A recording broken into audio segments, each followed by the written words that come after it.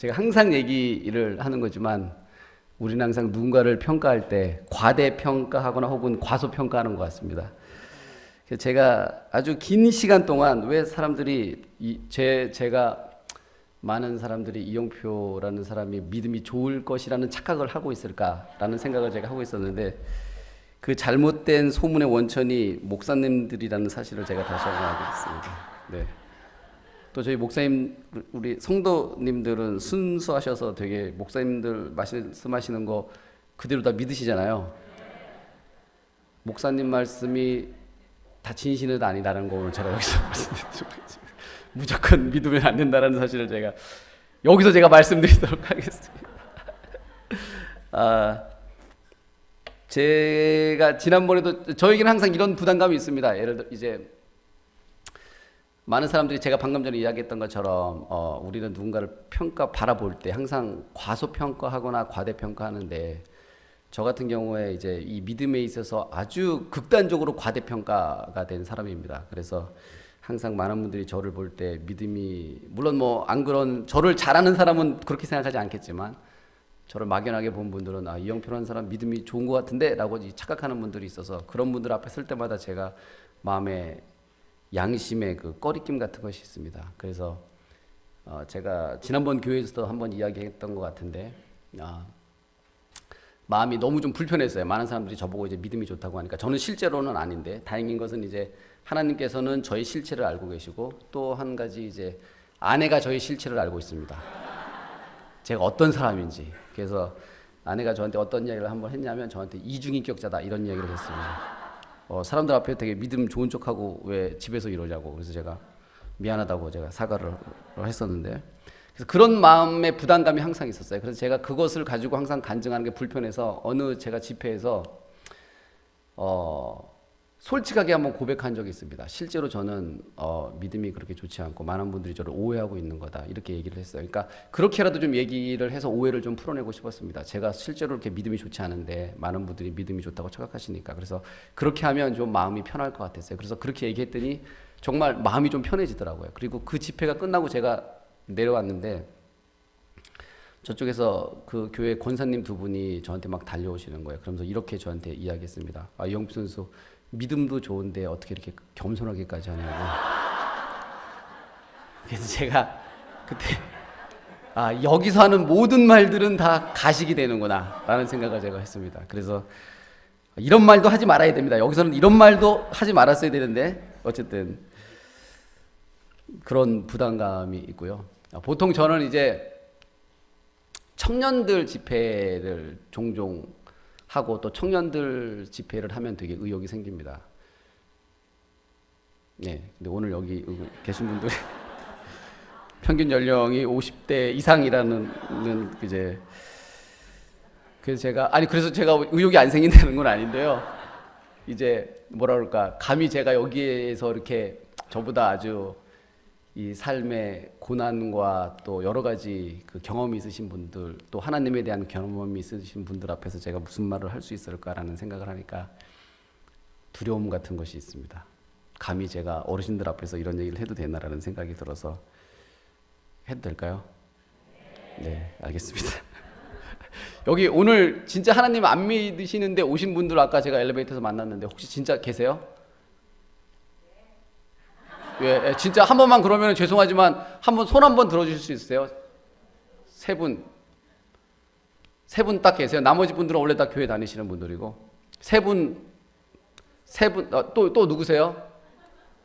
여기 지금 사람 얼마 없으니까, 예, 손 옆에서 혹시 이렇게 옆에 사람이 손 대신 한번 들어주시겠어요?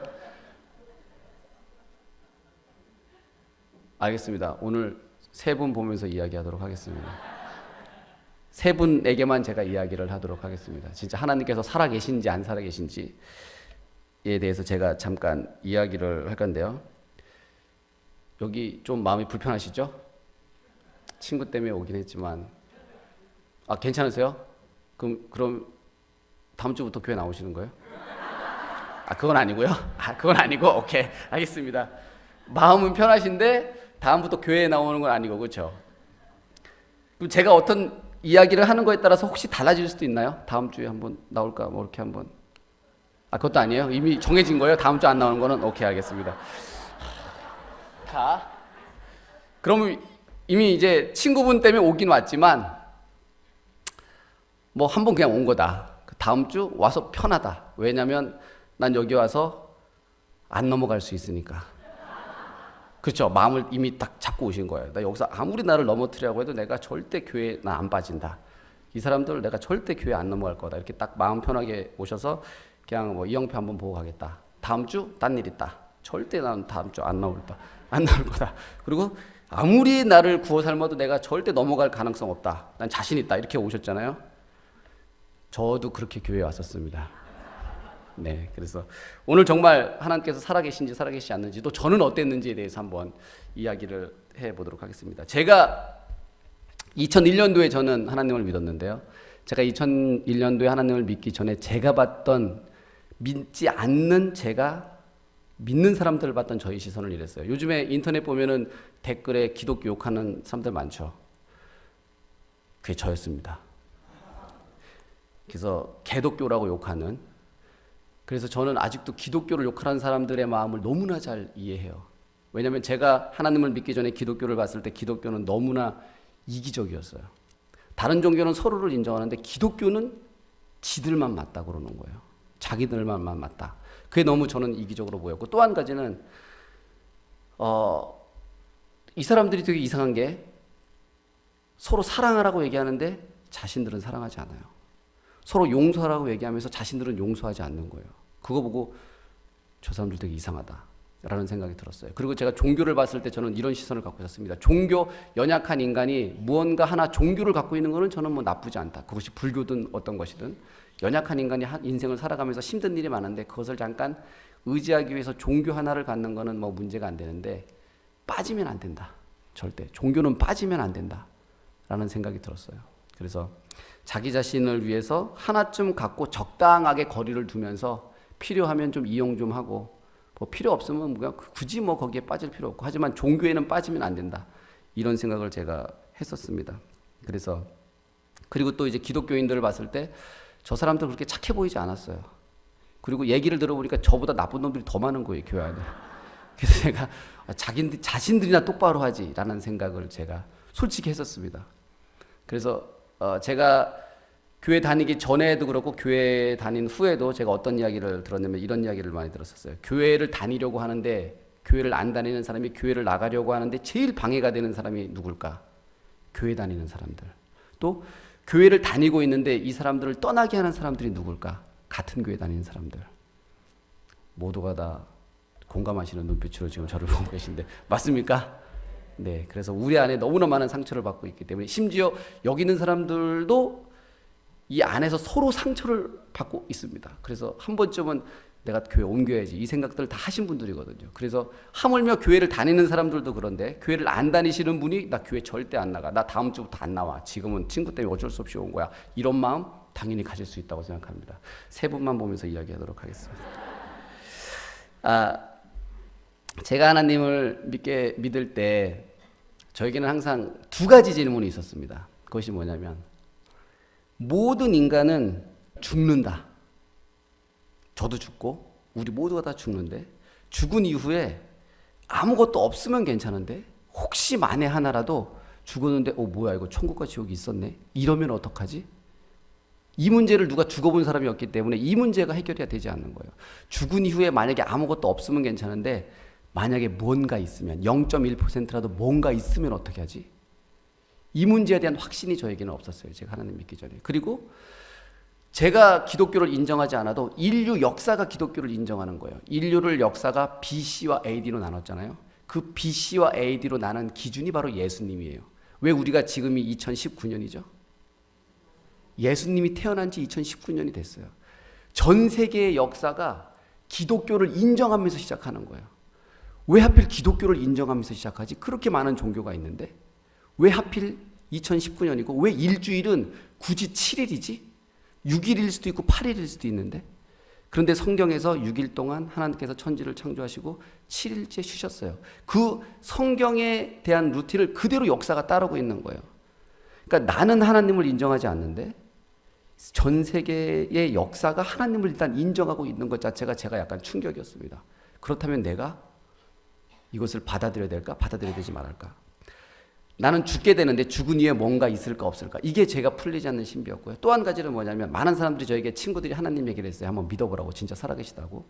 근데 제 마음속에 하나님은 과학적으로 설명할 수 없는 영적인 존재인 거예요. 근데 과학적으로 설명할 수 없는 영적인 존재인 하나님 했을 때는 전혀 믿음이 가지 않았습니다. 믿어지지 않았어요. 그런데 어느 순간 제가 어떤 생각을 하게 되냐면 똑같이 과학적으로 설명할 수 없는 영적인 존재인 귀신, 제가 과학적으로 설명할 수 없는 영적인 존재인 하나님 했을 때는 전혀 믿어지지 않았는데 귀신 했을 때는 이거는 있을 수도 있겠다라는 생각이 드는 거예요. 왜냐하면 너무나 많은 사람들이 귀신을 경험했다고 얘기했고 심지어 저희 아버지도 어느 날 저에게 귀신에 관한 이야기를 한번 한 적이 있거든요. 직접 경험하신 것은.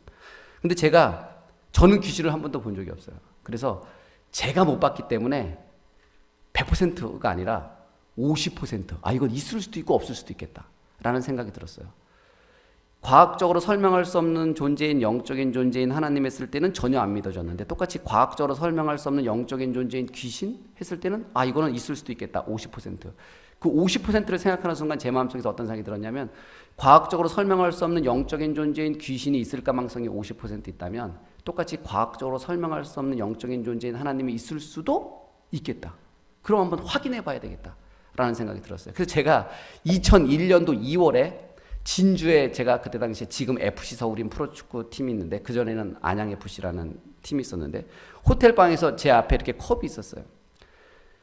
많은 사람들이 저에게 하나님을 믿으라고 얘기했고 저는 아주 극구 몇 년 동안 하나님은 살아계시지 않다고 극구 부인했었죠. 근데 이 죽음의 문제와 귀신의 문제, 이 두 문제에서 제가 어떤 생각을 했냐면 너무나 많은 사람들이 하나님이 있다고 얘기하고 인류가 기독교를 인정하니 진짜 너희들이 얘기하는 것처럼 기독교인들이 얘기하는 것처럼 하나님이 살아계시면 나도 당연히 믿고 천국 가고 싶죠. 그런데 만약에 기독교가 거짓일 수 있잖아요. 그러면 내 인생에서 내가 기독교에 드리는 시간은 헛수고잖아요. 내가 왜 이 헛수고를 하나. 그런데 이 죽음의 문제는 내가 해결할 수 없기 때문에 한번 진짜 확인하고 싶다. 그래서 있으면 나도 당연히 너희들이 얘기하는 하나님 믿고 천국 가고 없으면 나는 내 인생에 더 이상 이 종교 때문에 내 인생 허비하지 않겠다. 더 이상 고민하지 않겠다. 이런 마음이 들었어요. 그래서 제가 그때 어떻게 기도를 드렸냐면 하나님한테 하나님 사람들이 정말 당신이 있다고 생각하는데 저 사람들 보고는 내가 하나님 도저히 못 믿겠습니다. 왜냐하면 저 사람들은 서로 사랑하라고 얘기하면서 사랑하지 않고 용서하라고 얘기하면서 용서하지 않는 이상한 사람들이니까. 그런데 만약 당신이 살아계시면 그때 제 테이블 안에 컵이 이렇게 있었거든요. 이 컵을 잠깐만 이렇게 떴다가 잠깐 내려보시면 내가 하나님 믿겠다. 아니면 요걸 잠깐 이렇게 스스로 제가 가만히 있을 테니까 이게 스스로 이렇게 움직이면 내가 이거 하나님 살아계신 걸 믿겠다. 아니면 제가 가만히 있을 테니까 잠깐 제 앞에 나타났다가 딱 사라져 보셔라. 그럼 내가 하나님 계신 줄 믿겠다. 뭔가 보여주면 내가 믿겠다. 그런데 보지 않고 사람들이 저 이상한 사람들이 저 종교에 빠진 사람들이 하나님이 있다고 얘기하는 걸 믿고는 나는 도저히 당신을 믿지 못하겠다.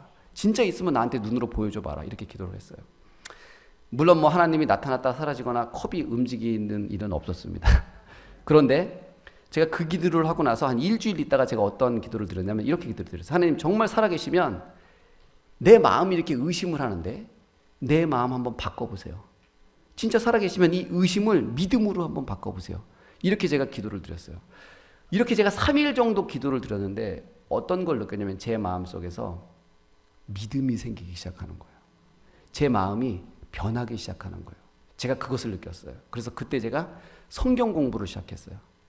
그리고 제가 성경 공부를 시작하면서 깜짝 놀란 건 뭐냐면 제가 그랬잖아요. 나에게 당신이 살아계신 걸 눈으로 보여주세요. 보면 내가 믿겠다고. 그런데 성경 공부를 하면서 제가 느낀 게 뭐냐면 예수님을 눈으로 봤던 사람들이 예수님을 십자가에 못 박아 죽여요. 제가 그 장면을 보면서 눈으로 보는 것이 믿음하고는 아무런 상관이 없구나 라는 생각이 들었어요. 눈으로 보고 믿는 믿음은 믿음이 아니라 확인일 뿐이고 진짜 믿음이라는 건 뭔가 눈으로 보지 않고 믿는 게 믿음이구나. 나는 믿음을 가지고 확인을 믿음으로 변질시키려고 했구나 라는 생각이 들기 시작했습니다. 그때 제가 느낀 믿음은 이런 거예요. 자, 여기 물컵이 있어요. 물컵이 있죠? 믿으세요? 자, 여기는 믿음이 되게 좋은 것 같습니다. 권사님, 성도님들께서 믿으세요? 네, 바로 그냥 나오시는 것 같습니다. 야, 물컵 있죠? 믿으시죠?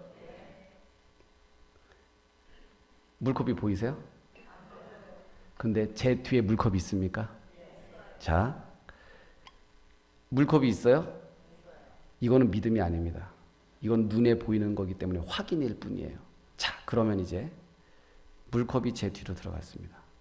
물컵이 안 보이죠? 여기서 보여요? 이렇게 여기서 안 보이는 거 맞죠? 네. 안 보이죠? 그런데 제 뒤에 물컵이 있나요? 여기에서 믿음이 시작하는 거죠. 물컵이 보이지 않습니다. 그런데 제 뒤에 물컵이 있는 거예요. 보이지 않지만 있는 거죠. 그런데 자, 한번 볼게요. 이 물컵이 뒤로 들어가는 것까지 봤어요, 솔직히. 그래서 이것조차도 저는 믿음이라고 얘기하지 않고 확인이라고 얘기하겠어요. 자, 그러면 지금 이제 이 순간에 예배당에서 누가 처음에 딱 들어왔어요. 이 상황을 아무도 모른 채 누가 한 명이 딱 들어왔어요. 저 뒤에서. 제가 그분한테 질문을 해요. 제 뒤에 물컵이 있는데 믿으십니까? 믿지 않으십니까? 그럼 그분이 아마 생각할 거예요. 저 사람 뒤에 물컵이 있어서 있다고 하는 것일까? 없어서 있다고 하는 것일까? 그렇죠? 그분에게는 이것을 믿을 수도 있고 믿지 않을 수도 있죠. 그러나 중요한 것은 그분이 내 뒤에 물컵이 있다라는 걸 믿든 믿지 않든 상관없이 물컵은 있는 거죠. 여기에서부터 믿음이 시작합니다. 물컵이 뒤로 들어간 걸 보지 않은 사람에게 물컵이 있을까요, 없을까요? 질문했을 때 어떤 사람은 믿고 어떤 사람은 믿지 않는 거죠. 어떤 사람은 믿기 때문에 바로 천국이 주어지는 것이고 어떤 사람은 믿지 않기 때문에 천국을 갈 수 없게 됩니다. 이것이 바로 믿음의 핵심이에요. 자, 그럼 이제 이걸로만은 믿을 수 없잖아요. 그럼 제가 하나님을 경험했던 것들에 대해서 지금까지 이야기를 하겠습니다. 물론 믿지 않는 사람들은 제 말도 믿지 않기 때문에 제가 이 말을 해도 안 믿을 수 있습니다. 하지만 여러분들이 믿든 안 믿든 상관없이 저는 제가 경험한 것을 아주 진실되이 얘기하도록 하겠습니다. 저에게는 월드컵이 시작되기 전에 4가지 기도 제목이 있었어요. 4가지 기도 제목이 있었는데 그게 뭐냐면, 하나님, 월드컵에서 2000년 월드컵에서 16강 가게 해주세요라는 기도 제목이 있었습니다. 물론 저는 이 얘기는 제가 나중에 하고 16강 가게 해주세요라는 기도 제목이 있었어요. 근데 그때까지 대한민국 축구는요, 월드컵에서 1승도 하지 못했어요. 예선전에서 단 1승도 하지 못했는데 제가 16강을 가게 해주세요라고 기도를 드렸어요. 또 한 가지 저희 기도 제목이 뭐였냐면, 하나님, 이 축구 선수는 20대의 나이에 군대를 가면 이제 선수 생활을 못하니까 2년 반 동안 군대 문제가 해결되게 해주세요라는 기도 제목이 있었어요. 또 하나의 기도, 근데 제가 만약에 16강을 만약에 간다 하더라도 군대 문제를 가는 법은 없거든요. 대한민국에서 군대 문제는 아시안 게임에서 금메달을 따든지 올림픽에서 동메달을 따면 군대 면제가 되는데, 운동선수들은 월드컵에서는 우승을 해도 군대 면제가 없었어요, 그때 당시에는. 그래서 군대를 해결해 주세요라는 기도가 과연 될까라는 생각이 들었어요. 또 하나는 뭐냐면은 해외 진출하게 해주세요. 유럽에서 선수 생활하게 해주세요라는 기도 제목이었어요. 설마 우리가 월드컵에서 엄청나게 좋은 성적을 내도 저 같은 체력을 가진 선수가 유럽에 나간다는 건 그때 당시에는 상상도 하기 못할 때였어요. 마지막 기도 제목이 뭐냐면, 하나님, 월드컵 때 하나님이 살아계시다는 것을 증거하고 하나님께 영광 돌리는 월드컵이 되게 해주세요. 근데 만약에 제가 월드컵에서 전 수비수였거든요. 뭐 하나님께 영광 돌리려면 무릎 꿇고 기도해야 되는데 제가 골을 넣어야 되잖아요. 근데 그때까지 대한민국은 단 1승도 못했고 다 우리보다 강팀이고, 솔직히 말하면 월드컵 전에 우리는 월드컵에서 수비하다가 그냥 끝날 판이었어요. 근데 제가 수비인데 하나님께 영광 돌리려고 막 공격으로 나가서 막 골 넣으려고 막 할 수도 없잖아요. 또 다른 선수가 골 넣었는데 제가 옆에서 기도하는 것도 좀 그렇고. 그래서 제가 도대체 어떻게 하나님께 영광 돌리지? 잘 한번 볼게요. 16강 가게 해주세요. 이거 말도 안 되는 거였어요. 또 하나가 뭐냐면 군대 문제 해결해 주세요. 이것도 말도 안 되는 거였고, 또 하나는 해외 진출하게 해주세요. 이것도 제 지적에 말도 안 되고, 하나님께 영광 돌리는 월드컵 해주세요. 이것도 말도 안 되는 거예요. 제가 솔직히 이 4가지 기도를 제목을 하면서 새벽에 어떤 생각이 들었냐면, 좀 너무 크게 불렀나라는 생각이 들었어요. 여기서 두 가지는 뺄까? 막 이런 생각이 들더라고요. 왜냐면 이제 하나하나를 보니까 이게 말이 안 되는 것들을 제가 지금 구하고 있는 거예요. 그러니까 지금은 지났기 때문에 그랬지만 그때 당시에는 이건 기도하는 제가 보더라도 말이 안 되는 거예요. 그리고 좀 크게 불렀어요. 좀 적당하게 불렀어야 되는데 이건 너무 크게 불렀나? 이런 생각이 제가 들 정도로 이런 기도 제목이더라고요. 그런데 제가 유럽에 진출하고 나서 6개월이 지난 다음에 집에 와서 제 짐을 정리하는데 책을 막 이렇게 정리하다가 뭐가 쪽지 하나가 딱 떨어지는 거예요. 그래서 쪽지를 딱 들었더니 제가 월드컵 전에 1년 반 동안 기도했던 기도 제목 쪽지예요. 근데 거기에 이 4가지 기도 제목이 있는 거예요. 근데 이미 제가 유럽에 진출하고 나서 월드컵도 4강에 들고 모든 일이 다 이루어지고 나서 제가 그 쪽지를 봤잖아요. 제가 뭘 느꼈냐면 그 쪽지를 보는데 제가 월드컵 전에 기도했던 내용이더라고요. 근데 그 기도했던 내용 4개가 다 이루어졌어요. 그런데 저는 어땠냐면 그 기도의 제목이 일어나는 즉시 저는 감사의 기도도 하지 않았어요. 그냥 잊어버렸어요. 그리고 철저하게 마치 이 모든 일이 내 능력으로 된 것처럼 제가 그것을 즐기고 있는 거예요. 그런데 유럽 진출하고 6개월이 지났고 그 떨어진 쪽지를 딱 보면서 과거에 내가 정말 간절히 기도했던 그 4가지 기도 제목이 다 이루어지는 것을 보고 또 그런 일이 이루어졌음에도 감사의 기도 한번 하지 않고 당연히 내 능력인 것처럼 착각한 저를 딱 보니까 엄청난 제가 죄책감 같은 것이 하나님한테 죄송함 같은 그런 것이 밀려오더라고요. 그때 제가 나라는 존재가 하나님께 기도를 하고 하나님께서 기도를 응답해 주셨음에도 불구하고 감사할 줄 모르는 존재구나 라는 생각이 그때 들었어요. 이 4가지 제목에서 제가 조금 더 들어가 볼게요. 이 기도를 하면서 그때 당시에 월드컵 대표팀에는 한 5-6명 정도 선수가 모여서 항상 기도 모임을 가졌었어요. 일주일에 하면 2번, 3번씩. 그때 대한민국이 월드컵을 준비하면서는 어떤 거였냐면 이 월드컵을 통해서 대한민국을 세계에 알리자. 지금이야 대한민국을 정말 모르는 나라가 없지만 그때까지만 해도 그랬거든요. 2000년 월드컵을 통해서 대한민국을 세계에 알리는 계기가 되자. 또 하나가 이 월드컵을 통해서 경제가 활성화하는 계기로 삼자. 이런 것들이 우리나라에서 다 하는 표였어요. 근데 우리 선수들은 그 안에서 어떤 기도 제목이 있었냐면 하나님, 우리가 이 월드컵을 통해서 하나님이 정말 살아계신다는 사실을 온 땅에 전할 수 있도록 해주세요. 하나님께 영광 돌리는 월드컵이 되게 해주세요. 라는 기도를 저희가 한 1년 반 동안 했었어요. 그렇게 준비해 오다가 월드컵이 개막한 지 이틀 전에 제가 훈련을 하다가 부상을 당했어요. 오른쪽 종아리를 다쳤는데 종아리를 그때 다치고 나서 병원에 가서 진단을 해보니까 제 오른쪽 허벅지 종아리가 12cm가 파열이 된 거예요. 근육이. 그리고 어떤 진단을 받았냐면 3개월 진단을 받았어요. 그때 당시에 저랑 저뿐만 아니라 팀 닥터하고 또 외국인 스태프들하고 한 7, 8명이서 같이 병원을 갔는데 병원에서 그 진단을 받고 저희가 그 병원인 울산대 병원에서 경주 신라호텔로 돌아오는 동안 그 1시간 거리 동안 차 안에서 아무 말도 하지 않았어요. 왜냐하면 월드컵이 이틀 남겨놓고 제가 이제 부상 때문에 3개월 진단을 받았거든요. 이제 이렇게 되면 어떻게 되냐면 FIFA 룰에 제가 부상 진단서가 있으면 저를 빼고 다른 선수를 넣을 수 있게 돼요. 부상 선수는 뺄 수가 있었어요. 이 엔트리 마감이 되면 엔트리 마감 전에는 다 바꿀 수 있고 엔트리가 딱 발표되는 순간부터 못 바꿔요. 근데 바꿀 수 있는 유일한 게 뭐냐면 부상이 있으면 그 선수만 뺄 수 있어요. 근데 이틀 남겨놓고 제가 이제 부상을 당했으니까 이제 팀이 엄청나게 침울해졌죠. 그리고 그날 밤에 제가 어떤 생각이 드는 이런 생각이 드는 거예요. 하나님, 제가 이 월드컵 대표팀에 있는 것은 하나님이 나를 이곳에 보내주셨고 또 제가 1년 반 동안 하나님께 영광 돌리는 월드컵 해달라고 기도하면서 여기까지 왔는데, 그리고 또 이 축구 선수에게 월드컵을 뛴다는 것은요 평생에 한 번 올까 말까 한 기회예요. 그리고 더군다나 그 월드컵이 한국에서 해요. 한국에서 우리가 다시 월드컵을 할 수 있을까요? 너무나 이 축구 선수에게는 월드컵을 한 번 뛰는 것도 어려운데 그 월드컵을 한국에서 한다? 이걸 뛰는 것은 제 인생에서는 너무나 중요한 문제였어요.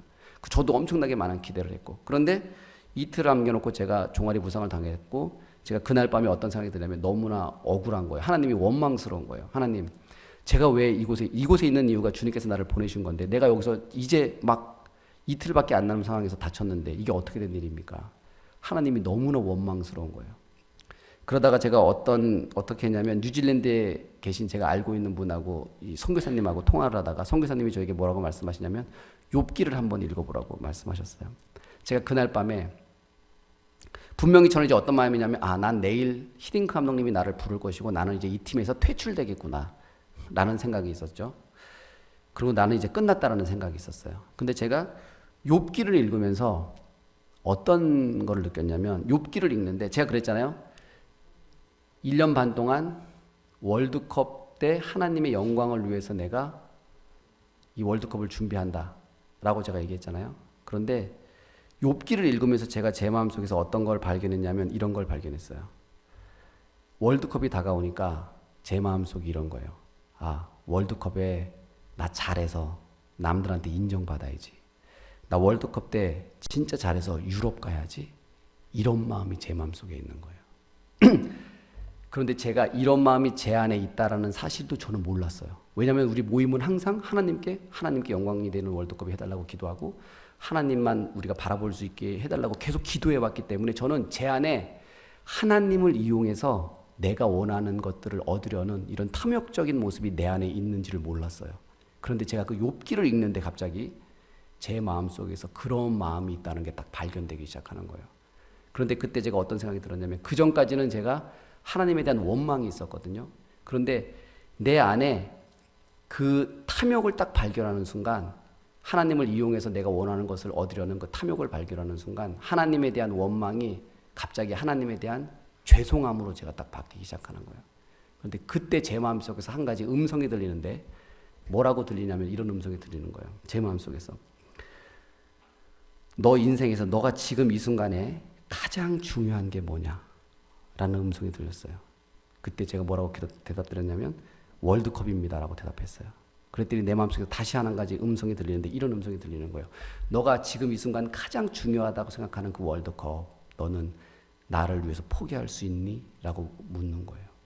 근데 그때 제가 포기할 수 있습니다 라고 기도를 드렸어요. 왜냐하면 이미 나는 그때 하나님에 대한 원망이 죄송함으로 바뀌어 있었기 때문에 포기할 수 있겠더라고요. 그런데 제가 포기할 수 있습니다라는 고백을 하는 순간 제 마음속에서 엄청난 평화 같은 것이 딱 있는 거예요. 이제 저는 월드컵 안 뛰어도 괜찮겠더라고요. 그리고 저는 되게 그날 밤 편안하게 잤어요. 그리고 그 다음날 아침에 아니나 다를까 히딩크 감독님이 저를 부르시는 거예요.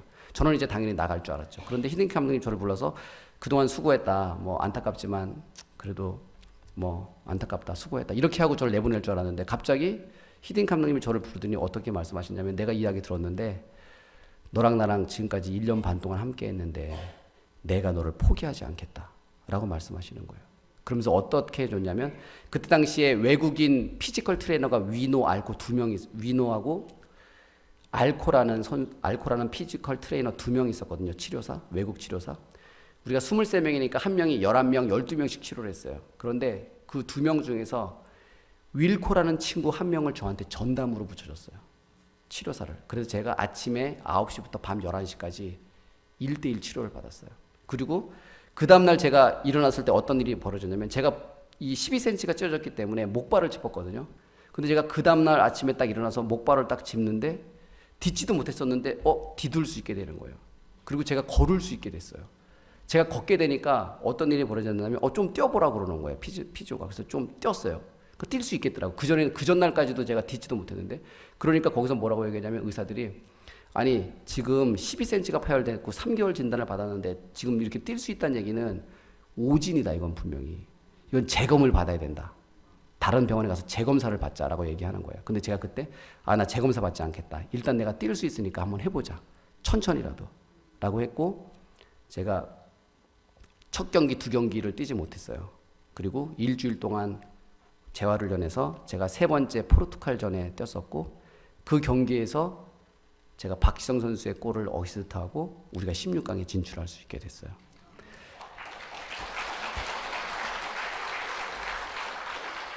근데 더 재밌는 것은 저희가 그 포르투갈전이 끝나고 나서 저희 기도하는 모임 5-6명이 경기장에서 기도했잖아요. 그런데 그 기도하는 장면이 여러분들 아마 기억하실지 모르겠는데 전 세계에 129개 생중계됐어요. 저희 5명이 기도하는 그 모습이. 저는 그 전까지 골을 넣고 기도하는 것만 하나님께 영광이라고 생각했는데 저희가 생각하지 못한 방법으로 하나님께서 우리 대한민국 월드컵 대표팀을 통해서 영광 받아 주셨더라고요. 그래서 그런 것 같습니다. 저의 입장을 보면 겉으로는 하나님을 위하는 척하지만 제 안에 제 믿음을 보니까 속으로는 아주 영악하게 하나님을 이용해서 내가 원하는 것을 얻어내려는 그런 미신적인 사고가 제 안에 있다라는 것을 제가 계속해서 알 수 있었습니다. 저는 성경 공부를 통해서 믿음과 미신이 어떻게 다른지 알고 있었어요. 제가 사실은 이 월드컵이 끝나고 나서 어떤 기도를 드렸냐면 하나님 저 유럽에 보내주세요 라고는 기도를 드렸습니다. 6개월 동안 새벽 기도를 드려요. 월드컵이 끝나고 나서 6개월 동안 하나님 저 유럽에 보내주세요 라는 기도를 드렸어요. 그런데 저는 제가 이 기도를 하면서 이 기도가 옳지 않다는 사실도 알게 됐어요. 알았어요. 왜냐하면 믿음과 미신이 완전히 다르기 때문이에요. 미신은 뭐냐면 자기 자신은 변하지 않으면서 신의 마음을 바꿔서 내가 원하는 걸 얻어내는 것. 이거 미신이죠. 그런데 우리 기독교 안에서도 이런 미신적 믿음이 오늘날 엄청나게 많죠. 그럼 믿음은 뭔가? 절대자이신 그분, 틀림이 없으신 그분 앞에 잘못된 내가 나가서 내 자신이 바뀌는 게 믿음이거든요. 믿음은 내 자신이 바뀌는 거고 미신은 신의 마음을 바꾸는 건데 내가 하나님 나 유럽에 보내주세요 라는 것이 혹시 미신적 믿음은 아닌가 라는 생각이 들었고 이것이 옳지 않은 기도일 수 있겠다는 생각이 들었어요. 그런데 저는 그럼에도 불구하고 하나님께 기도했어요. 새벽 기도회 때 6개월 동안 유럽에 보내달라고. 왜냐하면 제가 저를 보니까 여러분 2kg는 유럽에 갈 수 없습니다.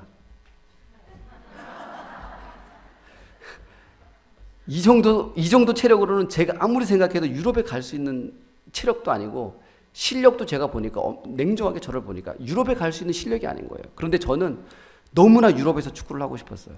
왜냐하면 정말 이 세계 최고의 선수들과 가장 수준 높은 축구가 어떤 건지를 좀 경험하고 싶었어요. 그래서 6개월 동안 제가 하나님께 새벽에 유럽에 보내달라고 기도를 했는데 아직도 저는 잊어버리지 않습니다. 2002년 11월 24일 3부 예배 11시 30분 온누리교회 서빙고 예배에서 우리가 예배 전에 찬양을 하잖아요. 찬양을 하는데 갑자기 제 가슴이 뜨거워지기 시작하는 거예요. 그러면서 눈물이 났어요. 그리고 제 마음속에서 한 가지 음성이 들리는데 이런 음성이 들리는 거예요. 자, 우리가 아침에 새벽 기도를 해요. 그리고 나서 그 새벽 기도를 매일같이 생각하지 않잖아요. 그냥 잊어버리고 일상생활을 하죠. 저도 그랬어요. 저도 그냥 새벽 기도하고 일상생활을 하고 있는데 11시 30분 3부 예배에서 갑자기 가슴이 뜨거워지면서 뭐가 쑥 들어오는 느낌이 제 가슴속에 났어요. 그래서 눈물이 막 나기 시작하더라고요. 그러면서 한 가지 음성이 들리는데 뭐라고 음성이 들리냐면 이런 음성이 들리는 거예요. 내가 너를 유럽에 보내주겠다. 제가 그 음성을 듣고 나서 바로 성경책에 기록했어요. 2002년 11월 24일 3부 예배에서 하나님께서 나에게 유럽에 보내주시겠다고 약속하셨다. 왜냐하면 또 하나님께서 또 마음이 바뀌실 수도 있으니까 제가 빨리 적었습니다. 적고 나서 제가 예배당을 나오는데 제 마음속에 어떤 생각이 드냐면 나 이제 유럽 가는구나 라는 확신이 드는 거예요. 그런데 한 가지는 내가 유럽 가는 건 확실한데 언제 가지? 10년 있다 가면 안 되는데 이런 생각이 약간 의미가 있긴 했지만 저는 이제 유럽 간다는 확신 같은 게 있었어요. 근데 제가 이 음성을 듣고 나서 2주 있다가 히딩 감독님이 한국에 왔어요. 히딩 감독님은 2000년 월드컵 때 한국 대표팀을 맡고 바로 네덜란드 PSV 아인토벤이라는 팀의 감독으로 가셨거든요. 근데 저는 정말 아무 생각 없이 히딩 감독님 와셔서 좀 보자고 하니까 제가 거기 나갔어요. 이 음성을 듣고 나서 2주 있다가 히딩 감독님을 만났고 히딩 감독님이 저에게 스카우트 제의를 하셨어요. 그리고 4주 있다가 제가 사인하고 PSV 아인토벤에 갔어요. 그러니까 저에게는 많은 사람들이 물어보거든요. 어떻게 유럽에 진출했냐고. 저는 진짜 실력으로 간 게 아니라 저 같은 경우에는 정말 하나님께서 보내주셨어요. 이것을 안 믿어도 어쩔 수 없습니다.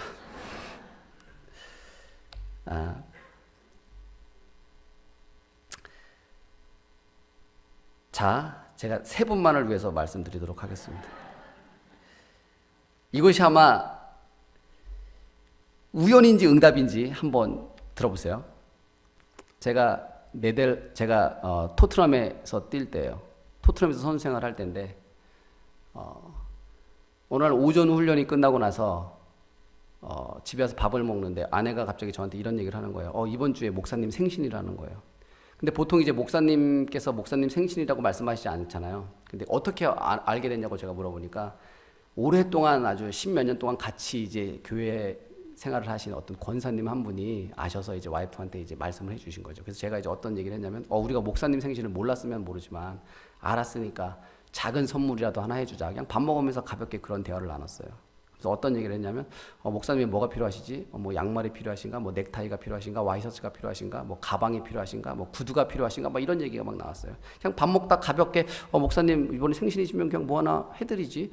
뭐가 필요하실까 목사님? 그래서 밥 먹으면서 막 이런저런 얘기를 했어요. 그러다가 이제 뭐가 막 필요하지 막 이렇게 하다가 양복 얘기가 딱 나왔어요. 근데 양복 얘기가 나오는 순간 와이프랑 저랑 눈이 마주쳤어요. 왜냐면 그 런던에서 양복은 맞춤밖에 없거든요. 몇천 파운드거든요. 비쌌어요. 그래서 와이프랑 저랑 눈이 딱 마주쳤는데 설마 양복은 아니겠지라는 생각을 하게 됐어요.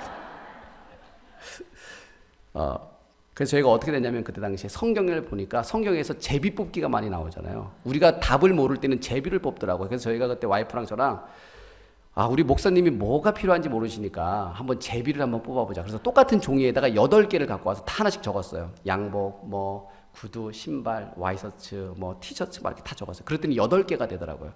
그러면서 똑같이 8개를 적고 비닐 주머니 안에 그걸 다 넣었어요. 그러면서 우리가 사실은 어떤 마음이었냐면 약간 농담 반 진담 반의 마음으로 기도를 했어요. 하나님, 우리는 지금 목사님이 뭐가 필요하신지 모르겠는데 우리가 생각한 것, 목사님이 필요하시다고 생각한 걸 다 적어 넣었습니다. 그런데 뭐가 뭔지 모르니까 진짜 필요한 걸 뽑게 해주세요 라는 마음으로 그렇게 했어요. 하지만 마음속에는 설마 8개 중에서 양복이 걸리지는 않겠지라는 생각을 했었죠.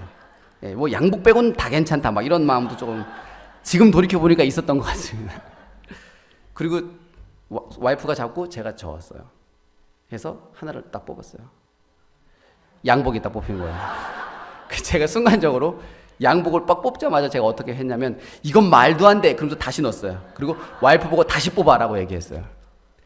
그러니까 와이프가 저는 그래도 믿음이 있고 모태신앙이기 때문에 그래도 뽑아야 된다고 할 줄 알았거든요. 그러니까 와이프가 그래 다시 그래도 이미 뽑았으니까 이렇게 해야 된다고 얘기할 줄 알았는데 와이프가 이러더라고요. 그렇지? 하면서 다시 하더라고요. 네. 와이프가 그렇지 하면서 다시 뽑는 거예요, 본인이. 그래서 근데 와이프는 저보다 몇 바퀴 더 돌렸습니다, 분명한 거 사실은. 그래서 와이프가 딱 뽑았어요.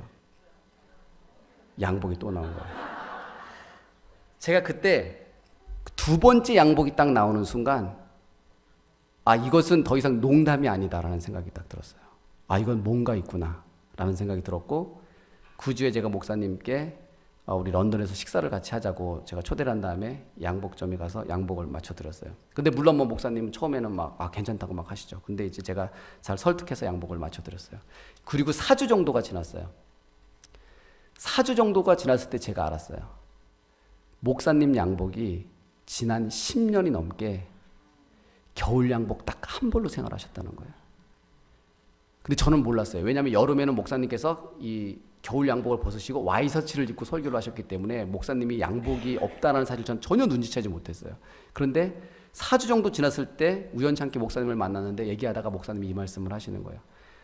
어떤 자리에서는 뭐 형편 때문에 양복을 살 수 있는 형편이 아니었는데 아이들도 교육시켜야 되고 하니까 어떤 자리에서는 여름에 양복이 반드시 필요하고 양복을 입어야 되는 자리가 있는데 그때마다 겨울 양복을 입고 나가는 게 되게 곤욕이었다고 말씀하시는 거예요. 그리고 뭐라고 말씀하시냐면 제가 목사님 양복을 맞춰드리겠다고 양복점으로 딱 끌어서 들어가는 순간 목사님 머리 쪽에서 갑자기 뭔가 반짝했는데 그게 뭐냐면 하나님께서 주시는구나 라는 생각이 머릿속에 딱 들었다는 거예요. 자, 8개의 종이에 2번 연속으로 양복을 뽑을 확률은 수학적으로 1.56%입니다. 그 얘기는 뭐냐면 100개의 공 중에서 100개의 흰 공이 100개가 있는데 그 중에서 검은 공이 한두 개가 있어요. 98개, 99개의 흰 공과 검은 공 한두 개를 한 번에 가서 딱 뽑을 확률이에요. 이것이 과연 우연일까요? 우연이라고 칠게요. 또 다른 얘기가 있습니다. 2000년 월드컵, 2014년 브라질 월드컵이 끝났어요. 제가 거기서 해설을 했거든요.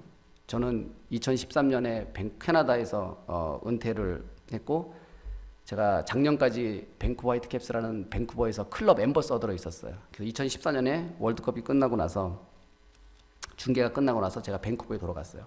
저는 이제 UBC라는 그 대학이 있는 밴쿠버에, 되게 명문 대학이 있는 그 빌리지 안에 제가 살고 있었는데, 제가 도착해서 그날 바로 이제 그 동네 카페에 제가 이제 커피를 한 잔, 티를 한 잔 마시고 있었는데, 어떤 한국 청년이 지나가더라고요. 한국 학생이. 근데 그 UBC라는 대학에 학생이 몇만 명이 있는데, 그 중에서 한국 학생이 한 2,000명 정도가 있대요. 근데 제가 거기서 티를 마시니까 한국 청년 한 명이 지나가다 저를 보고 이용표 선수 사인해달라고 하고, 제가 사인도 하고 사진도 찍었어요. 그러다가 제가 이제 이 학교 다니냐고 그러니까 이 학교 다닌대요. 무슨 과 다니냐고 그러니까 철학과를 다닌대요. 그래서 이제 철학과라는 얘기를 듣고 저희가 좀 이야기를 하기 시작했습니다. 왜냐하면 철학은 기독교하고 완전히, 철학은 기독교를 인정하면 안 되는 거기 때문에. 그래서 얘기를 하다가 나중에 이제 한 2시간을 얘기했어요. 2시간까지 얘기했는데, 왜 2시간까지 얘기했냐면 이제 진화론과 창조론까지 나오기 시작하고, 그래서 왜 우연과 응답이 나오기 시작하고, 왜 그 친구는 왜 하나님이 정말 거짓인지에 대해서 얘기하고, 저는 이제 하나님이 살아계신 거에 대해서 막 얘기하고, 아무리 2시간 동안 얘기해도 결론이 나지 않는 거예요. 결론이. 근데 그 친구의 그 모습을 보니까 제가 하나님을 믿지 않았을 때 기독교를 봤던 그 시선인 거예요. 딱. 그래서 너무나 마음이 이해가 가는 거예요. 근데 결론이 나지 않아요. 왜냐하면 너무 첨예하게 이것이 대립하니까. 제가 그 친구한테 이랬어요. 자, 우리가 이렇게 얘기하지 말자. 지금 이 동네에 몇 년 살았냐 그러니까 7, 8년 살았대요. 나는 이 동네에 그때 당시에 산지 3년 됐다. 그러면 7, 8년 살았고 3년 됐으니까 나는, 우리가 이 동네에서 함께 산 시간은 몇 년이냐? 3년. 그럼 3년 동안 우리가 지금 몇 번 만났냐? 처음 만났대요. 그렇죠? 제가 이렇게 그 친구한테 이렇게 제안했어요. 자, 그럼 학생, 우리가 하나님이 진짜 살아계신지 아닌지, 하나님이 진짜인지 가짜인지 우리가 서로 다투지 말고 한번 확인을 해보자. 어떻게 확인하냐면, 앞으로 우리가 지금 3년 동안 처음 만났는데, 앞으로 일주일 동안 우리가 우연찮게 몇 번을 만약에 더 만나면 이거는 하나님이 살아계실 수 있다고 생각하겠냐? 라고 제가 질문했어요. 그러니까 그 친구가 이렇게 대답하는 거예요. 우리가 지금까지 3년 동안 딱 한 번 만났는데, 앞으로 일주일 동안 이 정도 만나면 하나님이 살아계시겠다? 라고 생각하더니 2번, 아니 3번 그러는 거예요. 만약에 우리가 지금까지 3년 동안 이 동네 같이 살았는데, 한 번 만났는데, 앞으로 일주일 안에 3번을 만약에 우리가 우연히 만나면, 이건 내가 하나님 살아계신 거 어느 정도 인정하겠다. 이렇게 나오는 거예요, 그 친구가. 그래서 제가 그 친구한테 이렇게 대답했어요. 좋아. 그럼 우리가 연락처를 주고받지 말자. 연락처를 주고받지 말고 우리가 일주일 안에 못 만나면 우리는 그냥 우리 삶을 살면 된다. 그런데 만약에 우리가 3번 이상 만나게 되면, 그러면 너 한번 진짜 하나님이 살아계신 걸 고민해봐라. 그러니까 그 친구가 알았대요. 그리고 저 헤어졌어요. 일주일이 지났어요. 그 친구랑 저랑 몇 번 만났는지 아세요? 6번 만났습니다. 어느 날 제가 확실하게 기억하는데요. 수요일인가 목요일쯤에 밤 11시 한 반 정도 됐는데, 자려고 누웠는데 와이프가 갑자기 저한테 이러는 거예요. 지금 운전 연습을 하러 나가야 되겠다는 거예요. 그래서 아니, 지금 왜 운전 연습을 지금 하냐? 밤 11시 반이 넘었는데. 근데 와이프가 오늘 운전 연습을 하다가 낮에 라운드 어버스에서 약간 턱을 탔거든요. 제가 지금 생각해 보니까 지금 감이 왔대요. 지금 이 감이 왔는데 지금 운전을 하지 않으면 안 되겠다는 거예요. 그래서 지금 이 감이 왔을 때 운전을 해야 된다는 거예요. 지금 이 감이 왔는데 이걸 만약에 놓친다. 그럼 내 운전 실력은 늘지 않으니까 지금 나가서 자기는 무조건 운전 연습을 해야겠으니 저보고 옆에서 앉아서 보조석에서 봐달라는 거예요. 11시 반에 밤에. 그래서 뭐 기쁘게 나가진 않았지만 슬프게 나갔습니다. 어쩔 수 없이 나갔어요. 와이프가 뭐 그렇게 얘기를 하니까 나갔죠. 근데 밴쿠버에서 11시 반 정도 되면 차가 안 다녀요. 거의 없어요, 차가. 그냥 동네에서 정말 우리만 계속 돌고 있는 거예요. 와이프가 운전 연습한다고. 근데 운전 연습하려고 쭉 돌고 있다가 라운드 어바웃이 앞에 있어서 빨간불이 딱 신호등이 걸리더라고요. 그래서 신호등을 딱 걸리고 딱 서 있는데 갑자기 누가 한 명이 걸어가는 거예요, 이렇게 학생이. 딱 보니까 걔예요. 그래서 제가 창문을 딱 열고 그 친구한테 뭐라고 얘기하냐면 4번째다 라고 얘기해 줬습니다. 그래서 출발했죠. 제가 백미러로 떠나면서 그 친구를 딱 봤더니 그 친구가 가만히 서서 제 쪽을 계속 보고 있더라고요. 6번째는 어떻게 만났냐면요. 6번째는 제가 아까 저 책 있잖아요. 제 책 쓰는 것 때문에 제 카페에서 책을 쓰고 있었어요. 근데 갑자기 누가 제 어깨를 딱 치는 거예요. 딱 쳐서 딱 그러니까 그 친구예요. 근데 그 친구가 뭐라는 줄 아세요? 형, 내가 여기 올 때 형이 있을 것 같았어 라고 얘기하는 거예요. 이 카페에 들어오기 전에 내가 있을 것 같았다는 거예요. 그게 바로 그 친구랑 저랑 6번째 만나는 시간이었어요. 그 다음 주 월요일부터 그 친구랑 저는 성경 공부를 시작했습니다. 우연히로 할까요? 예, 이것도 우연이라고 하겠습니다.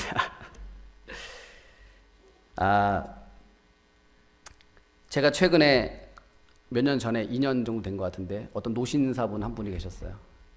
제가 좀 전도하고 싶은 분이셨어요. 제가 그래서 그분한테 하나님 얘기를 만날 때마다 막 이야기를 해드렸어요. 그리고 내가 다시 몇 번 만나서 또다시 제가 어떤 질문을 드리냐면 만나서 식사를 하면서 어떠세요? 요즘 하나님 믿는 거 좀 교회 이제 나오실만 하세요? 그랬더니 그분이 뭐라고 말씀하시냐면 이렇게 말씀하시는 거예요. 나이가 한 70 가까이 되신 분인데 나 정말 하나님 믿고 싶은데 안 믿어져. 안 느껴져. 그래서 믿을 수가 없어 라고 이야기를 하는 거예요. 근데 제가 그 이야기를 듣고 집에 왔어요. 그런데 그 이야기가 제 머릿속에서 계속해서 맴돌기 시작하는 거예요. 하나님 믿고 싶은데 하나님이 안 느껴져. 안 믿어져 라고 하는. 왜냐하면 그것이 바로 제가 하나님을 믿기 전에 제가 늦었던 감정이거든요. 정말 하나님 진짜 살아계시면 나도 믿고 싶지. 그런데 안 느껴지고 안 보이고 안 믿어지는데 도대체 어떻게 믿으라는 말인가. 그 말이 제 마음속에서 너무나 그 이해가 되기 시작하는 거예요. 근데 제가 그날 밤 어떤 생각을 했냐면 이런 생각을 하게 됐어요. 안 보이고 안 느끼고 안 느껴진다고 해서 하나님은 존재하지 않는 것인가? 안 보인다고 해서 하나님은 과연 존재하지 않는 것인가? 여러분, 여러분들의 머리카락은 자라고 있습니까? 머리카락은 0.016mm per hour의 속도로 자라고 있습니다. 하지만 지금 여러분들이 우리가 머리카락이 자라는 걸 느낄 수 있나요? 느낄 수 없죠. 하지만 머리카락은 자라고 있어요. 지금 지구는 정확하게 마하 88, 그러니까 10만 8천 킬로미터 per hour의 속도, 엄청난 속도로 지구는 지금 돌고 있어요. 제가 이것을 느끼면서 뭐를 봤냐면 우리 인간은 너무나 느리기 때문에, 너무나 빠르기 때문에 느끼지 못하는 것들이 있어요. 지금 머리카락은 분명히 자라고 있지만 너무나 느리기 때문에 우리가 느끼지 못하고, 지구는 지금 현재 마하 88, 1시간에 10만 8천 킬로미터를 달리고 있는데도 우리는 그 안에서 지구가 지금 돌고 있는지 느끼지 못하는 거죠. 느끼지 못한다고 해서 존재하지 않는 것은 아니다 라는 이야기를 제가 그분에게 그 다음에 만났을 때 해드렸습니다. 그렇다고 해서 그분이 아직 하나님을 믿고 있지는 않습니다. 제가 하나님을 믿기 전에 저는 이런 생각을 했었어요. 나의 주인은 누구인가? 솔직히 내 주인에 대해서 생각해 본 적이 없었지만 내가 원하는 거 먹고 내가 원하는 거 하고, 누군가가 만약에 나에게 당신의 주인, 너의 주인이 누구냐? 라고 물으면 저는 당연히 내 자신이지 라고 생각을 했어요. 나의 주인은 내 자신이다 라는 생각을 제가 하나님 믿기 전에 했었습니다. 그런데 하나님을 믿고 나서 제 생각이 완전히 바뀌었어요. 정말 나의 주인이 나 맞는가? 라는 생각을 제가 했을 때 제가 이런 생각을 한번 한 적이 있었습니다. 만약에 내가 저의 삶의 주인이 나 자신이고, 그렇다면 나의 삶의 주인인 내가 내 삶을 만약에 디자인한다면 나는 어떻게 할까라는 생각을 한번 해봤어요. 한 인간이 살면서 가장 중요한 것이 뭘까요? 만약에 내 삶이 태어났다면 제가 중요한 것들을 한번 나열해 보겠습니다. 진짜 만약에 내가 내 삶을 디자인한다, 인간이 디자인한다면 제일 중요한 거 국적, 그렇죠? 어느 나라에 태어나는 거 너무 중요하죠. 예를 들어서 우리가 북한에 태어났다, 혹은 아프가니스탄에 태어났다. 그럼 우리 삶이 완전히 달라지는 거죠. 어디에서 태어나는가, 국적 너무 중요하죠. 여자로 태어날 것인가, 남자로 태어날 것인가. 여자로 태어나는 것, 남자로 태어나는 것에 따라서 내 인생 자체가 달라지기 시작하는 거죠. 그렇죠? 누구 부모 밑에서 태어나는가, 부모를 누구 만나냐에 따라서 제 삶이 달라집니다. 그렇죠? 혈액형, 형제, 키, 생김새, 이건 아니죠. 딱히 이 정도는 안 되는 거죠. 심지어 저를 불리우는 이름, 평생 불리울 이름, 그렇죠? 이게 내 인생에서 가장 중요한 것들인데 지금 내 인생에서 가장 중요한 것들은 제가 선택한 건가요? 지금 제가 언급한 것, 제 인생에서 가장 중요한 것들은 제가 선택하지 않았어요. 그러면 제가 선택하는 건 뭔가? 제가 생각해 보니까 기껏 제가 제 삶을 어떻게 생각하냐면요. 무엇을 입을까? 무엇을 먹을까? 뭘 할까? 어디를 갈까? 점심에 짜장면을 먹으면 어떻고 된장찌개를 먹으면 어떻습니까? 스웨터를 입으면 어떻고 코트를 입으면 어때요? 선생님이 되면 어떻고 축구선수가 되면 어때요? 삶을 살아가면서 아무것도 아닌 것을 고작 결정하면서 제가 제 삶의 주인이라고 착각하면서 살아왔더라고요. 만약에 내가 내 삶의 주인이라면 내 마음대로 태어났다가 내 마음대로 죽어야죠. 심지어는 내가 언제 태어나는 시기도 내가 정하지 않았어요. 우리가 만약에 2000년대 혹은 1970년대, 60년대, 50년대가 아니라 1700년대 태어났으면 우리는 다 진짜 힘들게 살았었거든요. 시기조차도 우리가 정하지 않았는데 도대체 우리가 우리의 삶의 주인인가? 라는 착각을 제 스스로 하고 있는 제 자신을 보면서 얼마나 제가 무지한 존재인지를 알 수 있었습니다. 제가 마지막으로 한 가지를 이야기하도록 하겠습니다. 제가 좋아하는 사람 중에서 프랑스의 수학자 겸 철학자 겸 물리학자였던 파스칼이라는 분이 있었는데 그 파스칼이 이런 이야기를 했습니다. 어떤 이야기를 했냐면 인생은 도박이다라는 이야기를 했습니다. 인생은 도박이다. 그러니까 그 말 뜻이 뭐냐면 한번 태어나는 인생 정말 멋지게 살다가 죽자 이런 뜻이 아니라 모든 사람은 선택을 한다는 거예요. 무엇을 선택하는가? 하나님을 믿기로 선택하는가? 하나님을 믿지 않기로 선택하는가? 지금 우리는 하나님을 믿기로 선택한 사람들이죠. 그런데 지금 교회 밖에 있는 사람들은 의식하든 의식하지 않든 하나님을 믿지 않기로 선택한 사람들이에요. 그래서 모든 인간은 선택을 한다는 거예요. 하나님을 믿는 선택을 하든 믿지 않는 선택을 하든. 그런데 여기에 빗대서 그 파스칼이 계산기를 개발한 사람입니다. 우리가 쓰는 그 계산기를 만든 사람이 파스칼이에요. 엄청나게 똑똑한 사람이죠. 물리학자면서. 그 사람이 이런 말을 했어요. 인생은 도박이다. 그런데 어떤 의미냐면 자 한번 보세요. 내가 만약에 하나님을 안 믿는 것에 내 인생을 걸었어요. 하나님이 없다라고 인생을 걸었어요. 죽었어요. 죽어보니까 하나님이 없어요. 내가 이겼죠. 나의 배팅이. 하나님이 없어요. 그럼 어떻게 되죠? 무의식의 상태예요. 그렇죠?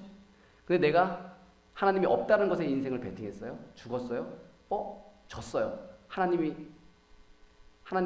이겼어요. 하나님이 없어요. 다시 할게요. 죄송해요. 잠을 못 잤어요. 자, 다시. 내가 하나님이 없다는 것에 인생을 베팅했어요. 이겼어요. 하나님이 없죠. 그럼 뭐죠? 무의식의 상태. 내가 하나님이 없다는 것에 베팅했는데 죽어보니까 하나님이 있는 거예요. 그럼 어떻게 되죠? 저는 지옥 가는 거죠. 자, 내가 하나님이 있는 것에 삶을 베팅했어요. 졌어요. 죽었더니 하나님이 없어요. 그럼 어떻게 되죠? 무의식의 상태. 하나님이 있는 것에 베팅을 했는데 맞아요. 이겼어요. 하나님이 있어요. 지금 어떻게 되죠? 천국 가요. 자, 이제 결정됐습니다. 하나님이 없는 것에 인생을 베팅하고 살면 이겨도 본전, 지면 지옥. 하나님이 계신 것에 인생을 베팅하고 살면 져도 본전, 이기면 천국.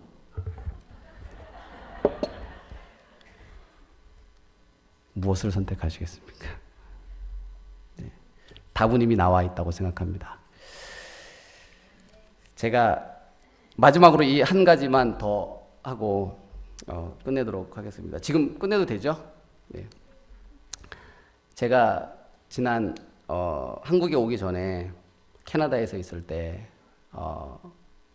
새벽이 있었던 일인데요. 저는 보통 이제 제가 캐나다에 있을 때 아침 새벽 5시에 일어나서 새벽 기도를 하고 1시간 동안 하고 6시에 카페에 가서 제가 단골로 가는 카페에 가서 거기서 1시간 동안 뭐 책 읽으면서 묵상하고 또 7시에 와서 이제 아이들 챙겨서 학교 보내고 이제 이런 루틴을 매일 이제 한 4, 5년 동안 했었어요.